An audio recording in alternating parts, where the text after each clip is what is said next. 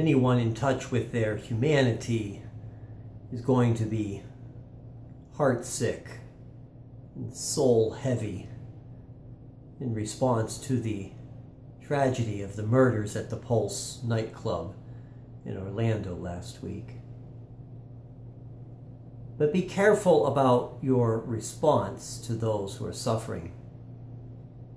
The half-truth that we look at this week is the statement, God won't give you more than you can handle.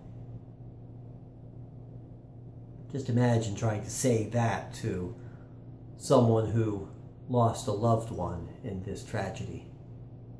No, God is not about giving us anything like this. God does not enter into the business of loading on pain into our lives.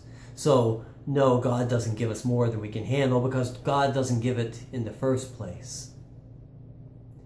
That doesn't mean it doesn't happen.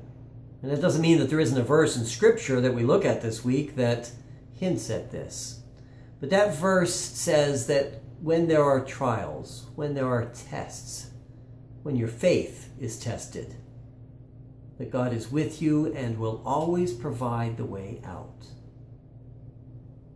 Well, I would contend that there is a test of our faith right now in response to this tragedy.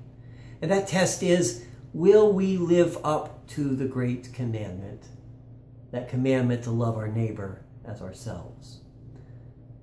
How are we doing in that test?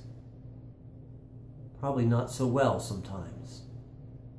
But God is with us, providing each of us the ability to show the kind of love that is necessary, starting just with our language, just with our acceptance of others, even when that's difficult, when the other is so different and we don't think it's going to be easy. God's with us, showing us that when we do show love to the stranger and welcome in all, that the testing is over and we've passed. That doesn't mean the pain goes away. It means that the pain is shared, burdens borne together with one another.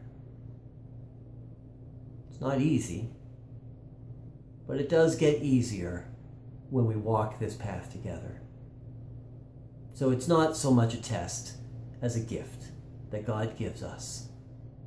The ability to be with one another in those times when we're needed the most.